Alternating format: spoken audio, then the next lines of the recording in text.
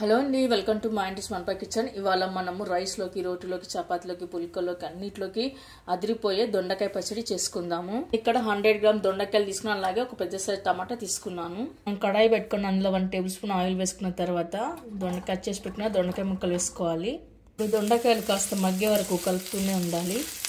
3 వెల్లుల్లి రెబ్బలు, 4-5 పచ్చిమిర్చి, ఇదిగా చింతపండు, చేసి పెట్టుకున్న టమాటా ముక్కలు, ఇదిగా పసుపు, సాల్ట్, జీరా, టమాటాలు కూడా కాస్త మెత్తబడే వరకు కలుపుకొని పెట్టుకోవాలి. ఓకేనండి, టమాటాలు కూడా కాస్త మగ్గాయి కాబట్టి ఇప్పుడు స్టవ్ ఆఫ్ చేస్తున్నాను.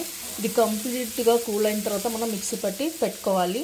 ఇప్పుడు మనం మిక్సీ జార్లోకి వేయించి పొట్టు తీసిన పల్లీల పొడి వేసుకోవాలి. ఇప్పుడు దొండకాయలు వేసుకోవాలి.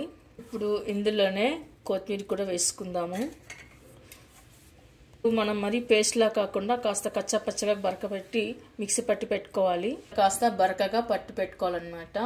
మనం పచ్చడిని అంతా ఒక బౌల్లోకి తీసుకుందాము. పచ్చడి మొత్తం ఇలా బౌల్లోకి తీసి పెట్టుకున్న తర్వాత తాలింపు కోసం 1 టేబుల్ స్పూన్ ఆయిల్ వేసుకోవాలి. తర్వాత సన్నగా కట్ చేసి పెట్టుకున్న 4 వెల్లుల్లి రెబ్బలు, ఆవాలు, జీలకర్ర, మినపగుళ్ళు కూడా వేసుకోవాలి. కరివేపాకు, పసుపు, ఆవాలు, జీలకర్ర చిట్టపట్టమన్న తర్వాత స్టవ్ ఆఫ్ చేసుకోవాలండి. తాలింపు కాస్త చల్లారిన తర్వాత పచ్చడిలో వేసుకోవాలి. తాలింపు వేసేసుకుందాము. ఓకే అండి, చూసారుగా ఈ పచ్చడి కనుక వేడి వేడి అన్నంలోకి నెయ్యి వేసుకొని తింటే చాలా సూపర్గా అదిరిపోయే టేస్ట్ ఉంటుంది. అలాగే జొన్న రొట్టెలోకి, చపాతీలోకి, పుల్కలోకి కూడా చాలా టేస్ట్గా చాలా బాగుంటుందండి. మరి మీరు కూడా ఇప్పుడు ఒకసారి ట్రై చేసి మీకు ఎలా కుదిరిందో కామెంట్స్లో పెట్టండి. అలాగే లైక్ చేయండి, షేర్ చేయండి. మీకు కనుక వీడియో నచ్చినట్లయితే తప్పకుండా మన ఛానల్ని సబ్స్క్రైబ్ చేయండి. Thank you for watching.